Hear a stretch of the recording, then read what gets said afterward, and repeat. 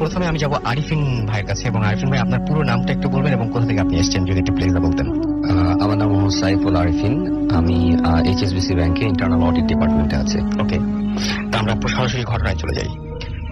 আমার ঘটনাটা রাসেল ভাই 2000 সালের ঘটনা। এটা সোল্লা জমিদার বাড়ির ঘটনা। সোল্লা ডাকাতিয়া নদীর ওই পারে, এই পারে হচ্ছে চাঁদপুর, ওই পারে হচ্ছে সোল্লা গ্রামটা। তো গ্রামটা তখন পর্যন্ত আমি যখন গিয়েছি তখন পর্যন্ত আমি দেখেছি কোনো ইলেকট্রিসিটি পৌঁছায়নি ওখানে। তো আমি যাওয়ার পরে আমার প্রথমে আমি ঘটনার মধ্যে চলে যাচ্ছি। জমিদার বাড়িতে আমি যখন ঢুকবো, শুরুতেই একটা লোহার গেট পার হয়ে কিছু দূর যাওয়ার পরে ডান দিকে একটা ছোট্ট দিঘি, বামে হচ্ছে 200 বছরের পুরানো একটা পাথরের মসজিদ, তার সাথে একটা গ্রেভইয়ার্ড, এবং সোজা সামনে তাকালে বিশাল জমিদার বাড়িটা দেখা যায়। তো জমিদার বাড়িটা বাইরে দিয়ে রেনোভেট করা ছিল, কিন্তু ভেতর দিকে কোথাও কখনো হাত দেওয়া হয়নি। ঘরগুলো ওইভাবেই পরিত্যক্ত অবস্থায় পড়ে থাকতো এবং তালামারা অবস্থায় থাকতো। তো জমিদার বাড়ির ভিতরে লোহার গেট দিয়ে ঢোকে ভিতরে চলে গেলে কিছু দূর গেলে একটা উঠান মতো জায়গা, তার ওপারে আমার মামা বাড়ি ছিল, দোতলা একটা বাড়ি, যেখানে আমরা থাকতাম। তো যেটা আমি বলতে চাচ্ছিলাম যে জমিদার বাড়ির ঠিক ডান দিক ঘেঁষে একটা জংলা মতো ছিল, তার সাথে একটা বিশাল বড় বনের মতো একটা। তো ওখানে ওরা বলতো যে এটা আম বাগান। তো আমি ওখানে আম গাছও দেখেছি, বিভিন্ন প্রজাতির বড় বড় গাছ দেখেছি। তো কিছু কাহিনী ছিল ওই আম বাগানকে ঘিরে, কিছু কাহিনী ছিল জমিদার বাড়িকে ঘিরে। তো একটা খুব মজার কাহিনী, খুব প্রচলিত একটা কাহিনী আছে, যেটা আমি গ্রামে গিয়ে অনেক বয়স্ক মানুষদের মুখে শুনেছি। সেটা হচ্ছে যে জমিদার সাহেব আজ থেকে 150-200 বছর আগে ব্রিটিশ অ্যাপয়েন্টেড জমিদার যারা ছিলেন, তারা এতটাই ফেরোসাস ছিলেন যে তারা কাউকে কখনো টর্চার করার সময় বা কাউকে শাস্তি দেওয়ার সময় কখনো পিছু পা হতেন না। একবার এরকম একটা ঘটনা ছিল যে একবার উনি ওনার বিচার কার্য চালাচ্ছিলেন হল ঘরে বসে, বিশাল হল ঘরে বসে। ঠিক ওই মুহূর্তে ঘোড়ার খুরের আওয়াজ হয়, প্রচুর ঘোড়ার খুরের আওয়াজের জন্য ওনার বিচার কাজটা ব্যাহত হয়। তো ব্যাহত হওয়ার পরে উনি ওনার সেনাপতিকে হুকুম দেন যে ধরে নিয়ে আসো কার ঘোড়ার খুরের আওয়াজের জন্য বিচার কাজ থেকে গেছে। তো ওনার সেনাপতি তখন যাকে ধরে নিয়ে আসে, দেখা যায় যে উনি ঘোড়সওয়ার ছিলেন, ঘোড়ার গাড়ি ছিল, উনি ছিলেন একজন আফগান ভদ্রলোক। তো ওই ভদ্রলোক বিজনেস পারপাসে এই অঞ্চলে এসেছিলেন এবং ট্রান্সপোর্টেশন নিয়ে এই পথ দিয়ে যাচ্ছিলেন। তো ঠিক ওই মুহূর্তে ওনার উপর এত মেজাজ খারাপ হয় জমিদারের, যে উনি হুকুম করেন যে ওর হাত পা সব কেটে ফেলো, এবং হাত পা কেটে ওকে পঙ্গু করে ওর ঠিকানায় মৃতদেহ পাঠিয়ে দিবা। যদিও বেঁচে থাকে তাহলে ওই আমবাগানের ভিতরে, যে আমবাগানের কথা আমি বললাম, ওই আমবাগানের ভিতরে ওনার দুইটা ছোট ছোট পুকুর ছিল, একটার নাম হচ্ছে সোনা পুকুর, একটা রূপা পুকুর। ওই সোনা পুকুর এবং রূপা পুকুরে উনি ক্যাটফিশ টাইপের কিছু মাছ পালতেন, বড় বড় মাগুর মাছ, যেগুলো রাক্ষসে মাছ বলে। তো ওগুলা মানুষ খেকো, এবং যারা উনার টর্চারের পরে বেঁচে যেত, ফাইনাল টর্চারটা ছিল ওই মানুষগুলাকে ওই পুকুরে নিয়ে ফেলে দেওয়া হতো, তারপরে যদি কেউ সার্ভাইভ করতে পারে তাকে ছেড়ে দেওয়া হতো, which was quite impossible. Okay. তো ওনাকে যখন হাত পা এভাবে কেটে ফেলা হয়, হাত পা কেটে পঙ্গু অবস্থায়, লোকটা বেঁচে ছিল, আফগান ভদ্রলোক বেঁচে ছিল, ওই অবস্থায় ওনাকে নিয়ে সোনা পুকুরে ফেলে দেওয়া হয় এবং ক্যাটফিশ তাকে খেয়ে ফেলে। ওই দুমড়ানো মুচড়ানো মৃত গলিত ওই লাশটা পরে মারা যায়। ওই লাশটা পরে গ্রামের একটা শেষ প্রান্তে নিয়ে একটা ঝোপ মতো জায়গায় দাফন করে দেওয়া হয়। তো ঘটনাটা ওখানেই শেষ। বাট মৃত্যুর আগে ওই লোকের থেকে তার অ্যাড্রেস সবকিছু নিয়ে নেওয়া হয়, আফগানিস্তানে তার বাড়ির ঠিকানা সব নিয়ে নেওয়া হয়, এবং ওই ঠিকানায় যোগাযোগ করে বলা হয় যে তারা যেন এসে তার বাবাকে নিয়ে যায়। একটা ছোট পত্র আর প্রতি যোগাযোগটা করা হয়। তো এর 2 মাস বা 3 মাস পরে সম্ভবত ওই ভদ্রলোকের মেয়ে আসেন আফগান থেকে। তার নাম সম্ভবত মাস্কিন, পুরা নামটা আমার মনে নেই, যতটুকু মনে আছে মাস্কিন। তো ওই মেয়ে আসে, তার বয়স 16-17 বছর হবে, সে তার বাবার লাশ নিতে আসে। তো ওই মেয়েকে দেখে তখন জমিদার পছন্দ হয়ে যায়, ভালো লেগে যায়, এবং বলে যে তাকে কয়েদ করো। তাকে তখন উপরে কুঠুরিতে, জমিদার বাড়িটা দোতলা ছিল, দোতলার নিচ তালাগুলা ছিল হল ঘর, মুজরার রুম, বড় বড় কিছু রুম। উপরের ঘরটায় ছিল আপনার ছোট ছোট কিছু কুঠুরি মতো, কিছু বেডরুম, আর এক সাইডে ছোট ছোট বেশ কিছু কুঠুরি, আর লম্বা টানা বারান্দা পিছনের দিকে। তো ওরকম একটা কুঠুরিতে, দোতলার একটা কুঠুরিতে নিয়ে তাকে বন্দি করে রাখা হয়, এবং রাজামশাইয়ের যখন যা খায়েশ হতো উনি তা পূরণ করতেন। এটা ছিল কথিত একটা কাহিনী। আমি ওখানে যাই, আমি ঘুরতে গিয়ে এরকম বিভিন্ন কাহিনী শুনি। আমবাগান সম্পর্কে কিছু কাহিনী শুনি। আমবাগান সম্পর্কে আমি যেটা শুনি সেটা হচ্ছে যে এভাবে ওই পুকুরগুলাতে মানুষ খাওয়ানো হতো, 1। 2 হচ্ছে বর্তমানকালে যেটা আমি শুনেছি যে বাচ্চারা অনেক সময় আম পাড়তে গিয়ে উপর থেকে ধাক্কা দিয়ে, ডাল থেকে ধাক্কা দিয়ে নিচে ফেলে দেওয়া হয়। কে ধাক্কা দেয়, কে বা কারা, কেউ জানে না। তারপরে ঢিল ছোড়ে, বাচ্চারা যখন গাছে ঢিল ছোড়ে বা বুমেরাং জাতীয় কিছু ছোড়ে, কিছুক্ষণ ছোড়ার পরেই খুব জোরে গাছ থেকে আম ছুড়ে আসে, তাদের দিকে ছুটে আসে, এবং ওই আমের আঘাতে একটা বাচ্চা অন্ধ হয়ে গেছিল, তার একটা চোখ নষ্ট হয়ে গেছিল। এবং জমিদার বাড়ির আরেকটা কাহিনী আমাকে যেটা স্ট্রাইক করে, সেটাও একজন বুজুর্গ লোকের মুখে শোনা। সেটা হচ্ছে এইরকম যে একবার এক দোতলায় ওই বারান্দা মতো যে জায়গাটা, ওখানে একটা ছোট বাচ্চা, 8-10 বছরের একটা বাচ্চা হাঁটছিল। গ্রামের মানুষের চোখের সামনে তারা দেখেছে যে বাচ্চাটা কিছুই নাই, বাচ্চাটা জাস্ট পিছন দিকে আস্তে আস্তে রেলিং ধরে উল্টায় নিচে পড়ে গেছে। রেলিং ধরে উঠে নিচে পড়ে গেছে এবং তার চোখ মুখ বিস্ফোরিত ছিল। নিচে পড়ার পরে তাকে হাসপাতালে নেওয়া হয়, ট্রিটমেন্ট করা হয়, সবকিছু করা হয়। বাচ্চাটা এরপর থেকে অটিস্টিক আচরণ করে। বাচ্চাটা কথা বলতে পারে, সবকিছু করতে পারে, সে এখনো বেঁচে আছে এবং সে অটিস্টিক হয়ে যায় ওই 10 বছর বয়স থেকে। সে আর কোনো কথা বলতে, মানে সুস্থ কোনো কথা বলতে পারে না। এইগুলো ছিল কিছু কাহিনী। তো আমি প্রথম রাতে I was very curious at that time. So আমি যেটা করি, আমি ওখানকার যে ম্যানেজার ছিল, মানে যিনি এগুলো রক্ষণাবেক্ষণ করতেন, ওনার কাছ থেকে আমি চাবির গোছাটা নিয়ে নিই রাজবাড়ির। ওনাকে বলিয়ে বালিয়ে চাবির গোছাটা নিয়ে নিই। তো আমার খুব ইচ্ছা করে যে আমি রাজবাড়ির ছাদে গিয়ে একটু হাঁটবো। দোতলা রাজবাড়ির 3তলা ছাদ, সো ওখান থেকে পুরা গ্রামটা, ডাকাতিয়া নদীটা খুব সুন্দর দেখা যায়। তো আমি সিঁড়িঘর দিয়ে উঠলাম রাত 12টার পরে, সবাই ঘুমায় যাওয়ার পরে আমি সিঁড়িঘরের দরজা খুললাম। খুলে সিঁড়িঘরটা খুব, মানে সিঁড়িতে যাওয়ার যে পাথরের সিঁড়ি, একদম চিপা, একজন মানুষ কোনো মতে হেঁটে যেতে পারে। তো ওই পাথরের সিঁড়ি দিয়ে খুব কষ্ট করে উঠছিলাম। আমার কাছে মনে হচ্ছিল যে আমি যতই আগাচ্ছি অন্ধকার মনে হয় আমাকে খেয়ে নিচ্ছে। তো দোতলা পর্যন্ত উঠে আসে, আমি যখন দোতলার বারান্দাটা ক্রস করে আবার ছাদের দিকে যাচ্ছি, ঠিক ওই মুহূর্তে আমার কাছে মনে হলো কেউ একজন আমাকে ফলো করছে। আমার মনে হলো যে পিছন থেকে কোনো একটা কুটুরি ঘরে কেউ ঢুকে গেল। খুব কমন, আমি নিজেকে জাস্ট বোঝাচ্ছিলাম এটা আমার হ্যালুসিনেশন ছিল, যেহেতু আমার ব্রেইনে এখন অনেক কিছু চলতেছে। তো আমি নিজেকে খুব কঠিন ভাবে বুঝালাম যে ভয় পাওয়া চলবে না, অনেক কিছু হতে পারে, অনেক কিছু আমি শুনবো, অনেক কিছু দেখবো, কিন্তু আমি ভয় পাবো না। ভয় পেলে আমার কার্ডিয়াক অ্যারেস্ট হতে পারে বা আরো খারাপ কিছু হতে পারে।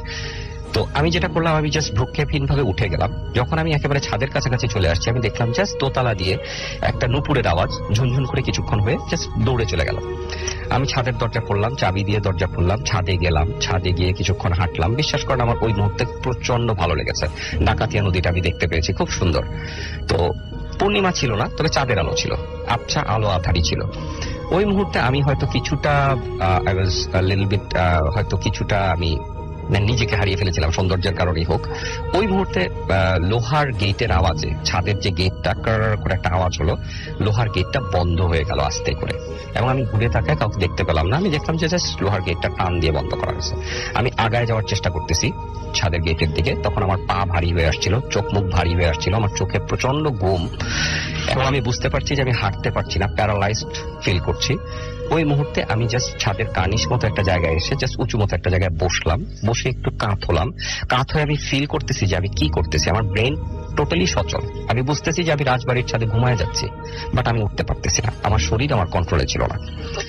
আমি ওই মুহূর্তে ওইভাবেই ঘুমায় যাই। এইটুক পর্যন্ত আমার ওই দিন রাতের কথা মনে আছে। তারপর পরদিন আমার সেলিম ভাই ম্যানেজারের প্রচন্ড চিৎকারে আমার ঘুম ভাঙে। উনি আমাকে ডাকছেন খুব জোরে জোরে জোরে জোরে। তো আমি ওনার ডাকে উঠে উনি বলে যে আপনি ছাদে এসে ঘুমায় আছেন, এটা কি ব্যাপার? আমি দেখি যে আমি আমার মামার বাড়ির ছাদে, যেটা একটু দূরে উঠানের ওই পারে, মামার বাড়ির ছাদে ঘুমায় আছি। এন্ড দেন আমি ওনাকে কিছু বলার আগে উনি আমাকে আরো শাসালেন যে আপনি চুরি করে চাবি নিছেন, রাজবাড়ির চাবি নিছেন, আপনি রাত্রেবেলা যে সিঁড়িঘর খোলা রেখে আসছেন, ছাদের দরজা খোলা রেখে আসছেন, স্যার যদি জানতে পারে আমার তো চাকরিটা খেয়ে ফেলবে। এটা শোনার সাথে সাথে আমার স্ট্রাইক করে। তার মানে হচ্ছে আমি রাতের বেলা ছাদে গিয়েছিলাম এবং আমি ছাদ থেকে ফিরে আসি নাই। যদি আমি আসতাম, আমি তালা মেরে আসতাম। কোনো অবস্থাতেই আমি এটা কাউকে জানতে দিব না যে আমি ছাদে গিয়েছিলাম। সো ওইটা আমার মনের ভিতর থেকে যায়। ওই দিন, তারপর দিন আমি নর্মাল থাকি। ভর দুপুরে যখন সবাই আবার ঘুমায় যায়, ভর দুপুরে 3টার দিকে আমি আমবাগানে যাই। আমবাগানে গিয়ে হাঁটতে থাকি, মনে মনে খুঁজতে থাকি যে সেই সোনা পুকুর রূপা পুকুরের কাহিনী আমি শুনেছিলাম। খুঁজতে থাকি। কিছুক্ষণ হাঁটা চলার পরে আমি হঠাৎ সেই নুপুরের আওয়াজটা পাই, যেটা আমি আগের দিন রাতে পেয়েছি, এবং আওয়াজটা আমার এত পরিচিত যে আমি জাস্ট চোখ বন্ধ করলে মনে হয় ফিল করতে পারি। তো আমার ডান দিক থেকে আওয়াজটা আসছিল, আমি আওয়াজটা ফলো করি। বেশ কিছু দূর যাওয়ার পর আমার মনে হয় আমার বাম দিক থেকে কেউ একজন হেঁটে চলে যাচ্ছে, পায়ের শব্দ পাচ্ছি আমি জঙ্গলের মধ্যে। আমি আবার বামে যাই। এরকম করে কিছুক্ষণ ডানে বামে কিছুক্ষণ যাওয়ার পর আমি দেখি আমার থেকে 10 হাত বা 20 হাত দূরে একটা কুকুর দাঁড়ানো। কুকুরটা সামনের ডান পাটা অর্ধেক নাই, খোড়া একটা কুকুর, এবং কুকুরটা ময়লা, কেমন যেন ধূসর কালারের, গায়ে কোনো পশম নাই। সে আমার দিকে চুপচাপ এক দৃষ্টিতে তাকিয়ে থাকে। আমি খুব অবাক হই। সবচেয়ে ভয় লাগে আমার তার চোখের দৃষ্টি। সে খুব অদ্ভুত একটা দৃষ্টি নিয়ে আমাকে দেখছিল এবং আমার দিকেই তাকিয়েছিল। আমি একবার চিন্তা করি যে উল্টা ঘুরে দৌড় দিব, আমার ভয় লাগতে থাকবে। পরবর্তীতে চিন্তা করি, ছোটবেলা থেকে জানি কুকুর দেখলে যদি দৌড় দেই সে আমার পিছনে দৌড়াবে। সো আমি জাস্ট স্টিফ হয়ে ওই জায়গাটা দাঁড়ায় থাকি। দেখি কিছুক্ষণ পর কুকুরটা হাঁটা শুরু করে। কিছু দূর গিয়ে সে আবার আমার দিকে ঘুরে তাকায়। তো আমি ওই মুহূর্তে আমার একটা ইনস্টিংক্ট কাজ করে যে আই শুড ফলো হিম, হয়তো সে চাচ্ছে I should follow him. So আমি তখন তার পিছু পিছু হাঁটতে থাকি, এবং যখন আমি হাঁটি আমি দেখি সে হাঁটছে। যখনই আমি দাঁড়ায় যাই, আমি অন্য কিছু চিন্তা করি জঙ্গলের মধ্যে, দেখি সেও দাঁড়ায় এবং সে আমার দিকে তাকায় থাকে। এরকম কিছুক্ষণ তাকে ফলো করতে করতে করতে করতে করতে করতে খুব সুন্দর নিরিবিলি একটা ফাঁকা মতো জায়গায় আমি চলে আসি, যেখানে আমি দেখি ছোট্ট একটা মরা পুকুর। আমি মনে মনে ধরে নিই এটাই হয় সোনা পুকুর বা রূপা পুকুরের একটা, আমি ধরে নিই এটা সোনা পুকুর। সেই পুকুরটার পাশে আমি যাই, পুকুরটা আমি দেখতে পাই মরা পুকুর, হাঁটু পানি আছে ওখানে, এখনো শ্যাওলা পড়া, একদম ময়লা। তো ওখানে পাথরের মতো একটা বসার জায়গা আছে, আমি ওই পাথরে গিয়ে একটু বসি চুপচাপ পুকুরটার দিকে তাকিয়ে থাকি এবং চিন্তা করতে থাকি যে আজ থেকে 150 বছর আগে কি হতো, সত্যি হতো কিনা। হঠাৎ আমার খেয়াল হয় যে ঠিক আমার পাশে যে পাথরের অংশটা আছে, ওই অংশটার মধ্যে কিছু ভাত ফেলা আছে। ভাতগুলো আমি হাতে নিয়ে আমি চাপ দিয়ে দেখি ভাতগুলা অনেকটাই গরম। শীতকালে ওই মুহূর্তে ওই জঙ্গলের মধ্যে কেউ ভাত ফেলে গেলে 1 ঘন্টার মধ্যে হলো শক্ত হয়ে যাওয়ার কথা, বাট আমি দেখি ভাতগুলো অনেকগুলাই গরম, এবং আমি ভাতগুলা নিয়ে নিজের অজান্তেই আমি পুকুরে ছুঁড়ে মারি। ছুঁড়ে মারার সাথে সাথে আমার একটা কাহিনী মনে আসে, যে আমি গ্রামের মানুষের মুখেও শুনেছি যে আর কিছু যখন খাওয়া দেওয়ার থাকতো না ক্যাটফিশ গুলাকে, রাজা তার খাওয়ার প্লেট থেকে খাওয়া শেষ করে কিছু ভাত নিয়ে জঙ্গলে আসতেন, আমবাগানে আসতেন, আমবাগানে এসে কিছু ভাত ছুঁড়ে দিতেন। জাস্ট এই জিনিসটা আমার মনে পড়ে, এবং মনে পড়ার সাথে সাথে আমার বিস্ফোরিত চোখে আমি খেয়াল করি ঠিক পুকুরের ওই পারে মোটা একটা আম গাছ থেকে অর্ধেক বের হয়ে একটা মেয়ে, 7-8 বছর বয়স হতে পারে, একটা অসম্ভব রূপবতী একটা মেয়ে, যার চুলগুলা হাঁটু পর্যন্ত খোলা, সে চুপচাপ দাঁড়িয়ে বিস্ফোরিত চোখে আমাকে দেখছে, এবং তার হাঁটুর কাছে সেই খোড়া কুকুরটা দাঁড়ানো। আমি কতক্ষণ বিকারহীন ভাবে দেখার চেষ্টা করি, বোঝার চেষ্টা করি যে আমি যা দেখছি তা ঠিক কিনা। আমি একটা সময় উঠে দাঁড়ায় পুকুর ক্রস করে তার দিকে হেঁটে যাই। কিছু দূর হেঁটে যাওয়ার পর সে সামনে হাত বাড়িয়ে ইশারা করে থেমে যাওয়ার জন্য। আমি থামি না, আমি আরো কিছু দূর আগাই। কিছু দূর যখন তার 20 হাতের মতো কাছাকাছি আমি চলে আসি, তখন দেখি সে হাত উঠানো, সে পিছনে সরে যাচ্ছে, এবং আমি আগাচ্ছি, সে পিছনে সরছে। এই করতে করতে একটা সময় দেখি সে উল্টা ঘুরে হেঁটে চলে যাচ্ছে, এবং কুকুরটা তার সাথে হেঁটে চলে যাচ্ছে। আমি তাকে ফলো করতে থাকি। আমরা 10 মিনিটের মতো এলোমেলো হাঁটি আমি তাকে ফলো করে। সে একটা নির্দিষ্ট পেসে হাঁটতেছে, এর বেশিও এর কমও না। আমিও একটা নির্দিষ্ট পেসে তার পিছনে পিছনে হাঁটছি। একটা সময় আমি আরো খোলা মতো একটা জায়গায় চলে আসি, যেখানে আমি আরেকটা পুকুর খুঁজে পাই। এই পুকুরটা it was even more beautiful than the earlier one. And আমি ফিল করি যে আমার অসম্ভব ঠান্ডা লাগছে ওই জায়গাটায় এসে, প্রচন্ড ঠান্ডা। নর্মাল বনের যে টেম্পারেচার ছিল আর এখানকার যে টেম্পারেচার, দুইটা কমপ্লিটলি 2 রকম। আমি ওই পুকুরটার পাড়ে দেখি ওই মেয়েটা গিয়ে চুপচাপ পুকুরটার পাড়ে গিয়ে বসে, কুকুরটা তার পাশে বসে থাকে, এবং আমি চুপচাপ ওই 20 হাত মতো ডিস্টেন্সে চুপচাপ দাঁড়ায় কিছুক্ষণ দেখি। মনে মনে চিন্তা করতে থাকি আমি আর ফিরে যেতে পারবো কিনা, বিকাল হয়ে যাচ্ছে, আমি ফিরে যেতে পারবো কিনা। জাস্ট এই চিন্তাটা যখন থেকে আমার মাথায় খেলতে থাকে। এর পরবর্তীতেই আমি দেখি মেয়েটা সম্ভবত হাত উঠায় ইশারা করে কুকুরটাকে, হাত উঠায় আঙ্গুল দিয়ে ইশারা করে, এবং কুকুরটা তার ইশারা মোতাবেক একটা বনের একটা কোণা দিয়ে হেঁটে গিয়ে দাঁড়িয়ে আমার দিকে তাকিয়ে থাকে, গাছের নিচ থেকে আমার দিকে তাকিয়ে থাকে। তো আমার কাছে মনে হচ্ছিল ঠিক যেইভাবে আমি কুকুরটাকে ফলো করে এসেছি, আমি কুকুরটাকে ফলো করি। মেয়েটা চাচ্ছে, আমি কুকুরটাকে ফলো করি, পিছন পিছন হাঁটতে থাকি। হাঁটতে হাঁটতে একটা সময় আমি দেখি যে অনেকক্ষণ, প্রায় 30 মিনিট হাঁটার পরে আমি দেখি যে একটা সময় আমি রাজবাড়ি দেখতে পাচ্ছি, আবছা দেখতে পাচ্ছি। তার মানে আমি বাইরের দিকে চলে আসছি, এবং আমি তখন হেঁটে বাইরে চলে আসি। ওই দিনকার কাহিনী এতটুকুই ছিল। এর পরবর্তী কাহিনীটা ছিল এই যে আমি সেই দিন রাত্রেবেলা আবার 12টার পরে আমি চাবি নিয়ে রাজবাড়িতে যাই। রাজবাড়িতে তালা খুলে সেই সিঁড়িঘর দিয়ে উপরে উঠি। দোতলার ঘরগুলো আমি একটু চেক করি। একটা ঘরের পাশে দিয়ে যাওয়ার সময় আমি হালকা হারমোনিয়ামের আওয়াজ শুনতে পাই। আমি সেই লোহার দরজার মধ্যে, ঘরের লোহার দরজার মধ্যে কান পাতি। কান পেতে আমি আওয়াজটা খুব আস্তে শুনতে পাই। আস্তে আস্তে আস্তে আস্তে আমি কিছু তবলার আওয়াজ শুনতে পাই। তারপরে আস্তে আস্তে আরো কিছু ইনস্ট্রুমেন্টাল আওয়াজ শুনতে পাই, এবং সেই আওয়াজগুলো শোনার পরে আমি কিছুটা হয়তো মহাবিষ্ট হয়ে পড়ি। এত সুন্দর আওয়াজ, এবং ভিতরে মুজরার আওয়াজ আসতে থাকে। It was amazing in one word. তো তখন আমি তালা খুঁজে বের করি। তালার মধ্যে নাম্বার দেওয়া আছে 21। আমি চাবি 21 খুঁজে বের করে ওটা খুলে ফেলি। খুলে ভিতরে দেখি ঘুটঘুটে অন্ধকার, এবং প্রচন্ড গরম একটা বাতাস আমার মুখে এসে লাগে। আমি জানি না কত বছর ওটা ওভাবেই বন্ধ করে ফেলা আছে। আমি ভিতরে ঢুকি, টর্চ দিয়ে দেখি, ঘোরাঘুরি করি, তারপরে আবার বাইরে আসি। আরো কিছু রুমের পাশ দিয়ে হেঁটে যাচ্ছি। হঠাৎ একটা রুমের পাশ দিয়ে হেঁটে যাওয়ার সময় আমি গোঙানির মতো কান্নার আওয়াজ শুনতে পাই। আমার কাছে মনে হয় ভিতরে কেউ কাঁদছে। আমি চাবি বের করে আবার সেই রুমটা খুলে সেই কুটুরি মতো রুমটায় ঢুকে প্রচন্ড পচা একটা বটকা গন্ধ। আমি সেই রুমটার মধ্যে টর্চ জ্বেলে দেখার চেষ্টা করি। মাকড়সার জাল দিয়ে ঘেরা পাথরগুলো, পাথরের দেয়াল, সেখানে ইট দিয়ে কিছু ড্রয়িং করা, নৌকা আঁকা, পতাকার মতো আঁকা, মানে একটা বাচ্চারা যেভাবে ড্রয়িং করে ঠিক ওরকম কিছু ড্রয়িং আমি খুঁজে পাই দেয়ালের মধ্যে। এবং এক জায়গায় টর্চ মারতে মারতে আমি এক জায়গায় একটা মানে কবিতার মতো একটা লেখা খুঁজে পাই, ভাঙা ভাঙা বাংলায় লেখা, যেতে হবে চলে যাও, আসবো না ফিরে কখনো, টান দিয়ে নিচে লেখা তগ্নি। তো আমার মাথায় এই নামটা থেকে যায়, স্ট্রাইক করে তগ্নি। আমি নামটা ক্যারি করি এবং আমি এই নামটা নিয়ে যখন চলে আসার সময় আমি বারান্দার মধ্যে একটা নুপুরের ভাঙা অংশ পাই, রূপার নুপুরের একটা ভাঙা অংশ, চিকন ভাঙা অংশটা আমার টর্চের আলোতে পড়ে, আমি উঠে পকেটে রেখে দিই। দেন আমি হেঁটে চলে আসি। আমি যখন সিঁড়িঘর দিয়ে ক্রস করছি ওই রাতে, যখন নেমে আসবো, আমি পরিষ্কার ফিল করি রাসেল ভাই কেউ আমাকে পেছন থেকে পুশ করেছে। আমি পড়ে যাচ্ছিলাম, সিঁড়িঘরটা ঘোরানো, চুরির মতো ঘোরানো। ওই সিঁড়িঘর দিয়ে উঁচু সিঁড়ি, আমি খাড়া সিঁড়ি দিয়ে ব্যথা পেতে পেতে আমার ছিলে যায়, হাঁটু ছিলে যায়, হাতে ব্যথা পাই। ব্যথার দিকে আমার কোনো কনসেন্ট্রেশন ছিল না, আমার হাত মাথায় ধরা ছিল জাস্ট। আমি পড়তেও চিন্তা করতেছিলাম আমার পিঠের মধ্যে টাচটা কিসের ছিল। ইট ওয়াজ সো ক্লিয়ার। দেন আমি নিচে যখন পড়ে যাই, আমি উঠে দাঁড়াই আমি ওই সিঁড়িঘর দিয়ে, আমার প্রচন্ড ভয়ের মধ্যেও আমার একটা ইনস্টিংক্ট কাজ করে যে কেউ একজন ওই সিঁড়িতে দাঁড়ানো। আমি সিঁড়ি দিয়ে উঠে যাওয়ার চেষ্টা করি। কিছু দূর উঠার পরে আমি অন্ধকারটা দেখি ওইখানে গুমট হয়ে আছে অন্ধকারটা। আরো কিছু দূর আগানোর পর আমি পরিষ্কার পায়ের আওয়াজ শুনতে পাই, কেউ একজন উঠে চলে গেল সিঁড়ি দিয়ে উপরের দিকে। আমি এরপরে আর সাহস করতে পারি না উপরে যাবার। আমি নেমে আসি, সিঁড়িঘরের দরজা লক করি। আমার সারা শরীরে প্রচন্ড ব্যথা, রক্তাক্ত অবস্থায় আমি রুমে এসে বাথরুমে গিয়ে নিজেকে ক্লিন করে ওই রাতের মতো ঘুমাই। আমাকে পরের দিন সেলিম ভাই ডাক দিয়ে বলে, আপনি রাত্রেবেলা অনেক রাতে চিৎকার করেছেন কেন? আমি বলি, আমি তো কোনো চিৎকার, কোনো শব্দ করিনি। যাই হোক, এটা নিয়ে ওনার সাথে আমার কিছু কথাবার্তা হয়। সেই দিন আমি দুপুরবেলা আবার আমবাগানে যাই। আবার আমবাগানে ঠিক সেই সেম সিকোয়েন্স গুলা হয়। আমার প্রচন্ড ব্যথা শরীরে। আমি যখন হেঁটে যাচ্ছি, পাশে দিয়ে ডাব গাছ থেকে প্রচন্ড জোরে ডাব পড়তেছে, মানে জাস্ট আমার হয়তো 6 ইঞ্চির ভিতর দিয়ে ডাবটা পড়ছে। হয়তো আমার মাথায় পড়লে আমি ওয়াজ ডেড। তারপর এরকম কিছু ঘটনা ঘটছে। আমি ঠিক ওইভাবে ওই বনের মধ্যে তখন ওই কুকুরটাকে খুঁজে পাই।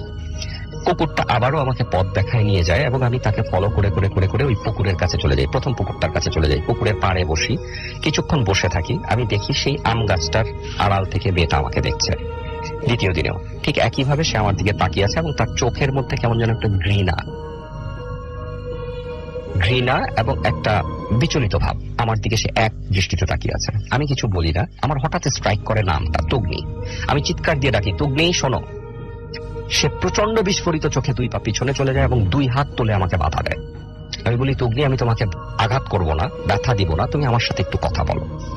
তার মুখে কোনো শব্দ ছিল না, প্রচন্ড বিস্ফোরিত চোখে, বড় বড় চোখে সে পিছন দিকে সরে যেতে থাকে। আমি বুঝতে পারি যে তাকে আমি ধরতে পারবো না, তাকে আমাকে কোনোভাবে ডেকেই আনতে হবে কাছে। আমি ওখান থেকে উঠে যাওয়ার সময় হয়তো কিছুটা এক্সাইটেড ছিলাম, তার সরে যাওয়া দেখে আমার সাহসটা বেড়ে যায়। উঠে যাওয়ার সময় আমার পা পিছলায়, আমি অলমোস্ট পুকুরের দিকে চলে যাচ্ছিলাম। পাথরে আমার হাঁটু বাড়ি খায়, অল্পের জন্য আমার মাথাটা বাড়ি খায়নি। মাথা বেড়ে খেলে আমি ওখানেই হয়তো পড়ে যেতাম। আমি জাস্ট বুঝতে পারলাম যে এরপরে আর আগানোটা আমার লাইফ রিস্ক হতে পারে। আমি ওখান থেকে খুব কষ্টে উঠলাম, আবারও রক্তাক্ত অবস্থায়। আমি কোনোভাবে ঘুরতে ওই দিন আমার প্রায় সন্ধ্যা হয়ে এসেছিল। আমি পথ খুঁজে পাচ্ছিলাম না। আমি যেখান দিয়ে বের হয়েছি সেটা ছিল একদম গ্রামের অন্য একটা প্রান্ত। সেই প্রান্ত দিয়ে বের হয়ে আমি কষ্ট করে ঘুরে রাত্রেবেলা বাসায় আসি এবং আমার সারা শরীর রক্তাক্ত থাকে।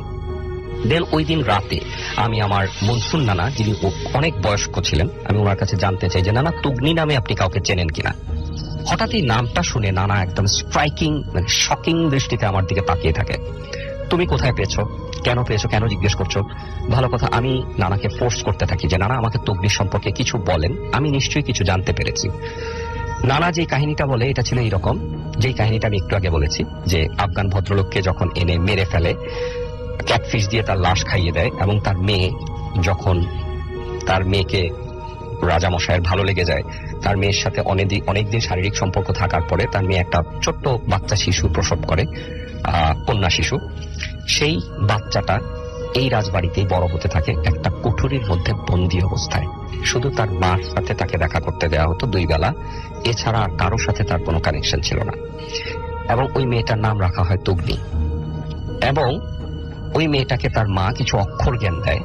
এটা তো এলাকাবাসীরাও জানেন। এলাকাবাসীরাও জানেন। আচ্ছা, 6 বছর পর্যন্ত তার মা বেঁচে ছিল। 7 বছরের সময় তার মা কোনো একটা কারণে, এলাকাবাসীর মুখেই শোনা যে রাজার প্রচন্ড আক্রোশের কারণে তাকে টর্চার রুমে নিয়ে টর্চার করে মেরে ফেলা হয়। এবং টর্চার রুমটা হচ্ছে সেই আমবাগানের ঠিক কাছাকাছি। ওটা এখন সিল করে বন্ধ করা। আমি দেখতে গিয়েছিলাম, আমি দেখেছি ওটা একদম সিল গালা করে বন্ধ করা। তো আমি তারপরে যেটা শুনলাম, তাকে ওই টর্চার রুমে টর্চার করা হয় 7 দিন, এবং ফাইনালি তাকে ওই ক্যাটফিশ দিয়ে ওই পুকুরে নিয়ে খাইয়ে মেরে ফেলা হয়। এবং তার লাশটাও, তগ্নির নানার লাশ যেখানে ছিল ওই ঝোপের মধ্যে, গ্রামের শেষ মাথায় ওই ঝোপের মধ্যে নিয়ে কোনো মতে জাস্ট মাটি চাপা দিয়ে দেওয়া হয়। এটাই ছিল তাদের পরিণতি। এবং আমার কাছে তখন পরিষ্কার হয়ে যায় যে কেন আমি এত ব্যথা পাচ্ছি, আমাকে ফোর্স করা হচ্ছে। আমার কাছে মনে হচ্ছিল যে ওই দিন পুকুরের সামনে বসে ভাত ছিটানোটা আমার একটা অনেক বড় হয়তো ভুল হয়ে গেছে। আমি এরপরে জাস্ট বাকরুদ্ধ অবস্থায় থাকি কিছু সময়। পরের দিন আমি অনেক খুঁজে গ্রামের মানুষের সাথে কথা বলে গ্রামের শেষ প্রান্তে ওই ঝোপ মতো জায়গাটা, কবরস্থানটা খুঁজে বের করি। আমি ওখানে যাই, ঝোপ দিয়ে ঢুকি, নিচে নামি, ভিতরে যাই, একদম কবরের কাছাকাছি গিয়ে দেখি ওইখানে ওই মেয়েটা আর কুকুরটা চুপচাপ বসে আছে এবং মেয়েটা কাঁদছে। আমি হয়তোবা এরকম একটা ধারণা আমার ছিল যে আমি তাকে ওখানে পাবো বা দেখবো। আমি ওখানে বসি, কিছু সময় বসি, আমি আয়াতুল কুরসি পড়ি, দুরূদ শরীফ পড়ি, আমি কবরটা জিয়ারত করি, 2টো কবরই, এবং আমি কবর 2টা পরিষ্কার দেখতে পাই। ওখানে তৃতীয় আর একটা কবর ছিল ছোট, সেটাও আমি দেখতে পাই।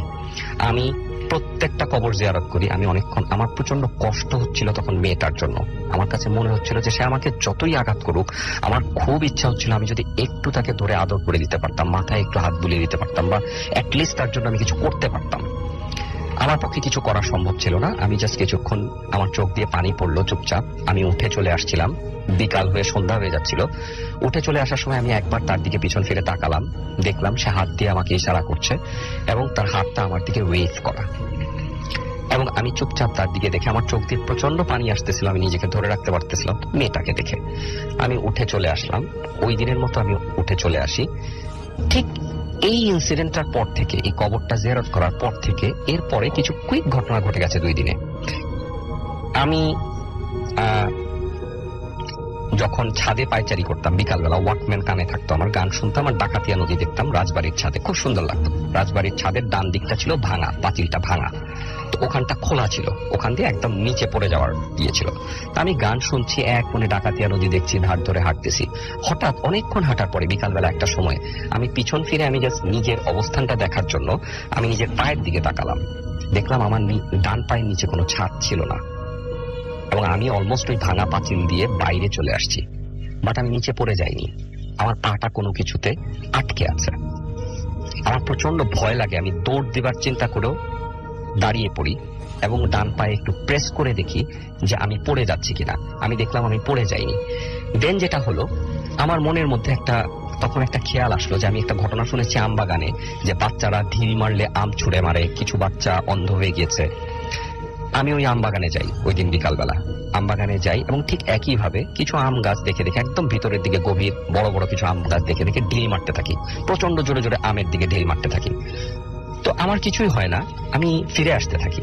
হঠাৎ ফিরে আসার সময় আমি দেখি একেবারে আমার ডান দিকের কোণা থেকে বিশাল বড় একটা ফজলি আমের মতো আমার দিকে প্রচন্ড বেগে ধেয়ে আসছে।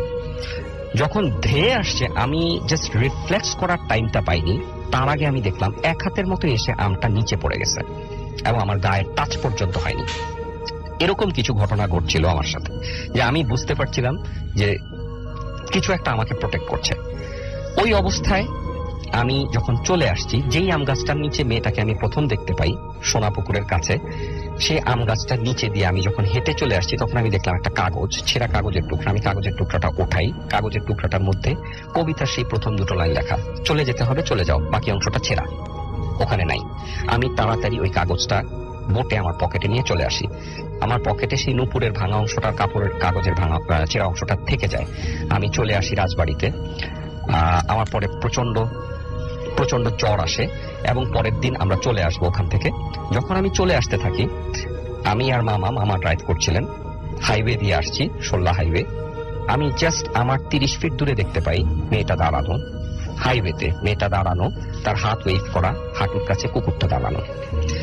আমি এতটাই বিস্ফোরিত হয়ে যাই যে আমি যতক্ষণে মামাকে বলি যে মামা থামো থামো, মামা হার্ট ব্রেক করে, কি হয়েছে কি, আমি বলছি একটু থামো। থামার পরে আমি দরজা খুলে নেমে ছুটে আসি পিছনে, এলোমেলো পাগলের মতো খুঁজতে থাকি, আমি কিছুই দেখি না। জাস্ট আমি ওখানে দেখি নূপুরের আরেকটা ভাঙা অংশ ওখানে ঘাসের মধ্যে পড়া, and that is blood shaded, রক্ত লাগানো, শুকনো রক্ত লাগানো। আমি ওই অংশটা তুলে নিয়ে আমার পকেটের অংশটা বের করি এবং জোড়া দিই। আমি দেখি একটা পুরো আস্ত নূপুর হয়ে যায়। এবং আমি দেখি ওটা ধান ক্ষেতের পাশে ছিল হাইওয়েটা, নিচে যে ধান ক্ষেতের আল আছে ওই আল দিয়ে ওই খোড়া কুকুরটা হেঁটে চলে যাচ্ছে। আমি আর কিছু দেখতে পাই না ওখানে। দেন আমি চুপচাপ শান্তভাবে গাড়িতে উঠি। আমার গায়ে তখন প্রচন্ড জ্বর। আমি গাড়িতে উঠি, আমরা ডাকাতিয়া নদী ক্রস করার জন্য ফেরিতে উঠি। ফেরিতে উঠে তারপর আমি গাড়ি থেকে নামি। একটা সময় আমার খুব ডিম খেতে ইচ্ছা করে, আমি ডিম কিনে ডিম খাচ্ছিলাম, সেদ্ধ ডিম। আমি ডিম খাওয়া শেষ, হাতে আমার ডিমের কাগজটা তখন। আমি জাস্ট হাসতে থাকি, কাগজটার মধ্যে লেখা ফিরে আসবো না কখনো, টান দিয়ে তুগনি। আমি আমার পকেট থেকে কাগজের ছেঁড়া অংশটা বের করি, সেখানে রাখি, পুরো কবিতাটা আমি পড়ি। যেতে হবে, চলে যাও, ফিরে আসবো না কখনো, তুগনি। আমি যতটা সময় ফেরিতে ছিলাম আমি ফেরির রেলিং ধরে চুপচাপ দূরে তাকিয়েছিলাম। আমি যখন চাঁদপুরের কাছে চলে আসি আমাদের ফেরি, তখন দূরে তাকিয়ে দেখি ঠিক ডাকাতিয়া নদীর ওই পারে 16 গ্রামে ঘাসের উপর মেয়েটা এবং কুকুরটা বসা এবং তার হাত ওয়েভ করা।